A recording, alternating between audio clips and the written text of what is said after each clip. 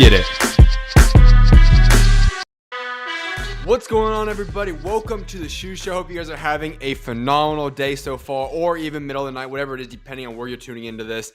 As I said yesterday, today was going to be a late night show. Had other stuff going on today in terms of other shows and stuff, how to get recorded. But with that being said, a quick outline of what we're going to be hopping into on today's show. That includes a fight recap of the Teraji Sandoval card that went down in the early hours of this day, I should say. Then we're going to hop on and go into some news regarding Gervonta Davis, Dave Allen, the Japan vs. World RIYADH season card, Subriel Matias and Dalton Smith fight, as well as potentially Xander Zayas' first title defense, who that could be against. So I'll be hopping into all those things momentarily. But before I go any further, if you guys have any comments or questions, whatever it might be, leave it in the chat. I will make sure to address that. Your comment should pull up on the bottom of the screen, and I will address that as I go throughout today's show. So make sure to go in the chat, leave some comments, leave some thoughts, and let's get into those topics during today's show. But I'm going to start off today's show getting into a fight recap of what happened last night. Early hours of the morning, whatever you want to call it. Going over to Japan, we're going to start with the main event. Kenshiro Teraji versus Ricardo Sandoval. All right, I was wrong here. We'll openly admit that. I thought Kenshiro Teraji was going to go out there and prove why he is a top 10 pound-for-pound fighter in the world in my eyes. I had him right inside the top 10, and, well, no longer will he be in that list when I update my new list very shortly. He is still one heck of a fighter. Don't get that twisted, and I will make this very clear. That 117 to 110 scorecard in favor of Sandoval was an absolutely disgusting scorecard. In no way, shape, or form was the fight that wide. I am fine with Sandoval winning that fight. I personally had it as a draw. That's the way I viewed it. However, I could have seen Sandoval winning that by a round or two, and same thing with Teraji. It could have gone either way. It was a very, very close fight. Very good fight. But 117 to 110 in favor of Sandoval was absolutely disgusting. In no way, shape, or form was that possibly a scorecard. I don't know what that judge was watching. Absolutely horrendous scorecard there. However, let's go into the fight, though. This was a fight where Ricardo Sandoval was obviously the underdog. Teraji's a pound-for-pound top 10 fighter in the world. He has been a man that's accomplished great things in boxing, still believed to be one of the best boxers in the world. He had his two belts going into this fight, and well, Sandoval walked up into Japan and pulled off a massive upset. I'm not going to call it one of the biggest upsets in boxing when you already have the Resendez, Caleb Plant, you have Rolly Romero, you have all the different upsets this year already. But this was one heck of an upset that I don't think too many people saw coming. For Ricardo Sandoval, this man deserves his flowers. Going into a foreign country for the very first time, that foreign country being Japan, is not an easy task to do. He went into there, fought Teraji, came out with his two belts. All props to him. He fought a beautiful fight, had a great game plan, executed it to perfection, and he walks away holding two belts now as a world champion. All props to Ricardo Sandoval. Absolutely beautiful performance by him. And he's going to have a lot of options on the table, whether that be a rematch with Teraji, unification, whatever he wants to do. He's got lots of options on the table. But what I really want to spend some time on right now is Kenshiro Teraji. And the reason for that is this man had the goals and aspirations of becoming undisputed at another weight class now, and potentially even move to 115 and fight Ben Rodriguez. And hopefully, I already said this beforehand, but hopefully this can now be made clear. Kenshiro Teraji is one heck of a fighter. We do not need to see the Ben Rodriguez fight. That fight would not go good. It would not be a pretty fight. Let's leave that fight away. Ben Rodriguez, Kenshiro Teraji, that fight should be cut dead. We do not need to see that. However, for Teraji, he's now in an interesting predicament. 33 years old, no longer has a belt, and he could easily get one back, but doesn't have a belt right now. Where does he go from here? If I were him, I would do whatever I possibly can to try to get a rematch with Ricardo Sandoval. Because as I said, this fight was neck and neck. He did not get beat down or anything along those lines. Sandoval was fine winning it, but he was not beat down. If I were him, I'd pursue a rematch, or you go after one of the other champions. Stick at 112, go with it. And on the other side, if Kenshiro Teraji decides to move on from boxing, and it would be unfortunate because he is one heck of a fighter. Let me make this clear before I go any further. Kenshiro Teraji is one of the most entertaining fighters in the world. Now, there are some guys that you put out there that are just very entertaining, but don't have the full package to actually compete at a high level, become a world champion, become a pound-for-pound type fighter. It's very hard to package those things together. Teraji is one of the most box office entertaining fighters that is a pound-for-pound type fighter that we have in boxing. And he deserves his flowers for that. Every single fight that he fights in, you are guaranteed an all-action, high-intensity fight. And we witnessed that once again. 12 rounds of absolutely two guys going to absolute war. And I think both guys deserve a lot of flowers, especially Teraji. But if I'm Teraji, I'm going to look at these options. Either I go after the rematch, or I would consider moving on from boxing. He's accomplished great things in boxing. He's accomplished absolutely remarkable things. He's had a one heck of a career. But he is 33 years old. And what I did notice in that fight is it's quite obvious that he is starting to regress in terms of his speed, in terms of his power. Some of the things are just starting to slow down on him. He's been through a lot of wars. He's gone through some very, very difficult fights, and it's starting to catch up to him. 33 years old, lots of fights on his resume, and he's gone to war, and just last night added another one to that list. So if you're Teraji, you have to look long and hard. Is this something that you still want to fully pursue? And if it is not, then opening the door to possibly moving on from boxing is something I could see him doing. We'll see what ends up unfolding there. And the reason I'm going to throw that out is because another man from Japan ended up retiring after his fight last night, and we're going to get into that fight right now. Antonio Vargas and Daigo Higa fought last night. Vargas retains the title, but he falls short on becoming the official world champion Higa fell short on becoming a two-weight world champion, and the scorecards were 113 to 113 across all three judges. It's a draw. Disappointing outcome there for multiple reasons. For Higa, this is a man that literally had this fight on locks until he got dropped in the final moments of the fight. And this is not the first time this has occurred to him. He came to this opportunity. He was beating Vargas in this fight. He had the win on locks, and then he got dropped in the final round, which is a few moments left in the fight. That ended up costing him the win. And for Vargas, this is a man that already received the championship belt in a very interesting way, essentially, as you want to call him, an email champion, right? He didn't earn this by defeating somebody. He earned it by being promoted into world champion status. And now his very first title defense is as a draw. Very unfortunate for him in that standpoint, because this was not the defining moment. However, I will give props to Vargas in this regard. People did not think he was going to be competitive in this fight whatsoever. He was the heavy underdog in this fight. Everybody thought Higa was going to win this fight. He was the favorite in this fight. Vargas was not. Vargas proved that he is able to compete with the best of them. He is a legitimate threat and a very talented fighter. And just jumping forward a little bit here, I am looking forward to the fight with Tsutsumi. Vargas could have fought him a long time ago. Tsutsumi is obviously having to be the champion in recession due to the eye issue. That fight is going to be huge. They face off after the fight. That's going to be a great fight. I think Tsutsumi will win that fight, but great performance by Vargas overall. He proved a lot of people wrong in that night. Let's go into the fight, though. For Higa, this was a situation where he won the fight. He was in control up until he got dropped. And massive problems getting to Vargas. Vargas got dropped in the 5th round. He bounced back. A lot of people that take that shot from Higa do not get back. Or at least they come back and they're not 100%. Vargas recovered quickly. He got right back to it. He had a very good performance, like I said. I'm still impressed by the way he performed. He proved a lot of people wrong last night. As for Higa, though, he ended up announcing his retirement from boxing at the age of 29 following his draw. The former WBC flyweight world champion fell just short in 3 consecutive attempts to win a bantamweight world title and retired with a record of 21-3-3. It's not shocking. However, I would not be surprised if he does return to boxing once again. For him, listen, 3 times you have this opportunity, you've come up just short each and every single time. You know you're this close to becoming a world champion at bantamweight, and you fail once again. You had the potential fight against Tsutsumi to have a massive fight there, but it falls short once again. This is something that I feel like would be heartbreaking for him. And I get it. You have accomplished great things, but you fall just short of world championship once again. Him making the retirement announcement right after the fight, I see it happening. I get why he was in that mindset. But I wonder where he's going to be in 1 year from now. Because 1 year from now, he's still only going to be 30 years old. He can easily still come back and fight again. And that's what I think he will do. I would be a little bit shocked if he actually stays retired for the remainder of his career and never goes back in the ring again. This man has great talent. He's accomplished great things. He's a very entertaining fighter. And I believe that in the right situation, he just needs to somehow find a way to get through all 12 rounds. And I get it.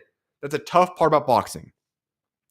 But he had that fight in the bag until he got dropped in the final moments.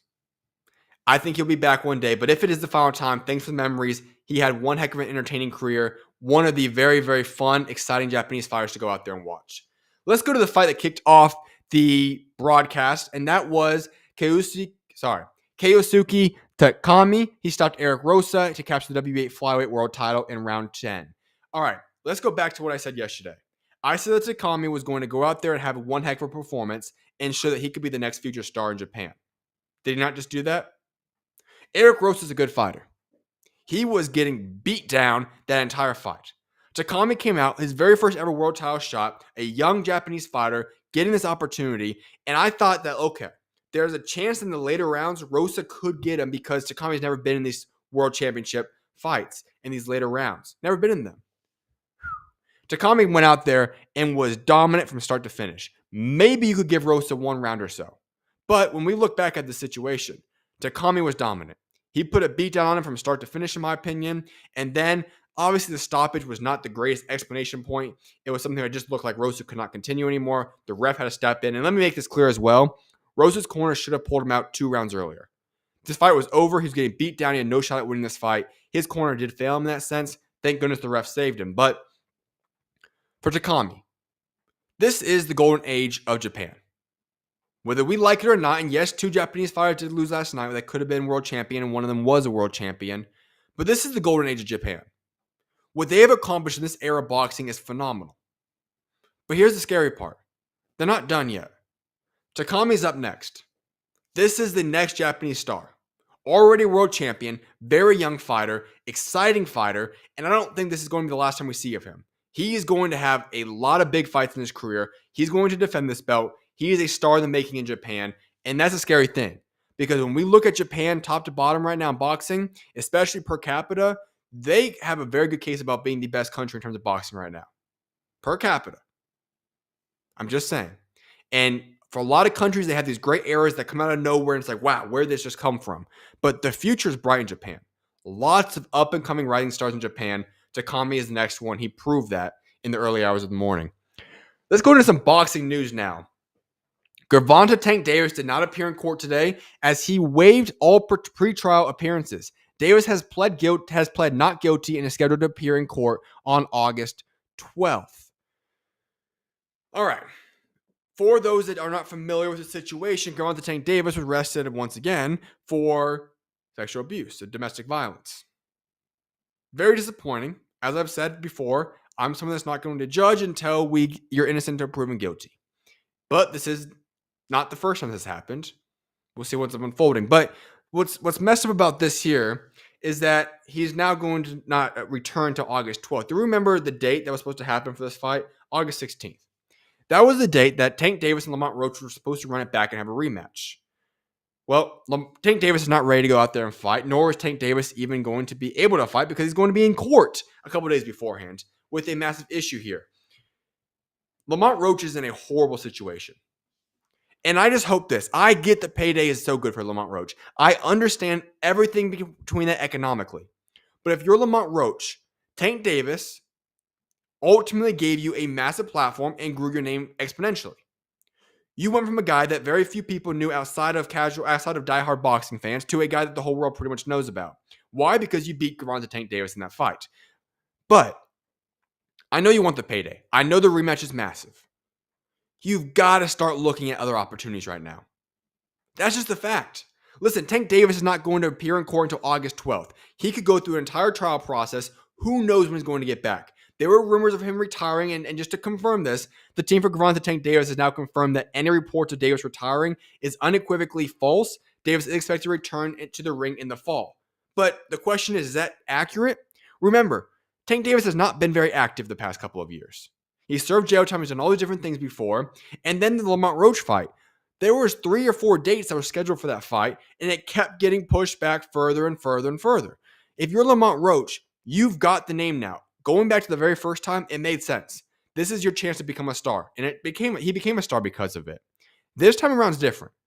If Tank Davis is going to keep pushing back this fight day, won't sign the paperwork, won't lock in a fight for yourself, and now you're in this predicament where you look around and this man is screwing around outside, is messing up your time, you need to pivot and make new decisions here.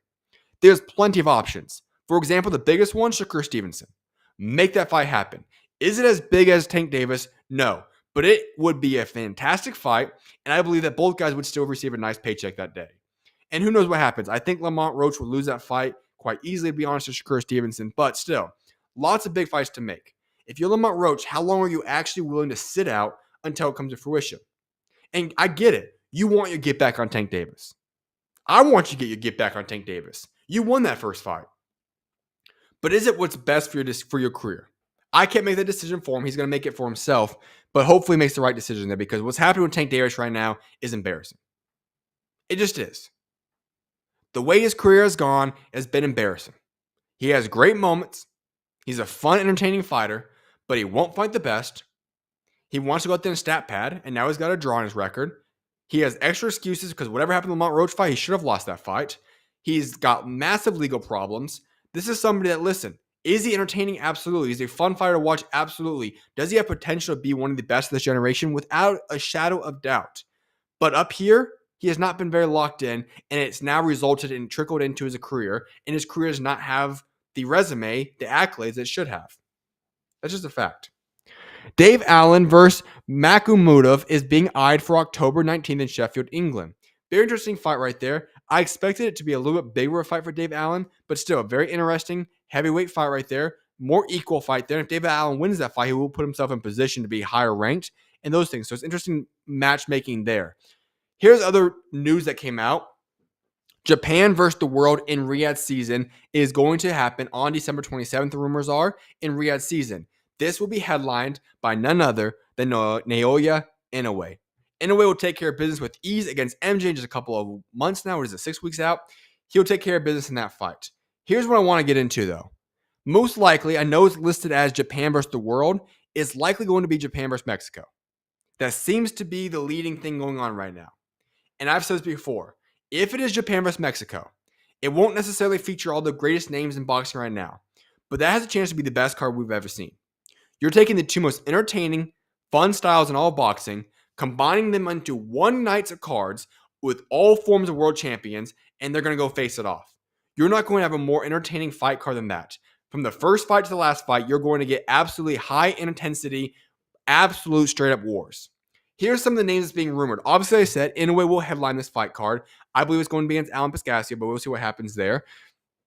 Candidates from Japan's side include Junto Nakatani, Kenshiro Teraji, Takami, Andy Hirioka, Yuta Sakai, Jin Sasaki, Hayota Tatsumi, and Ryoto Tsutsumi.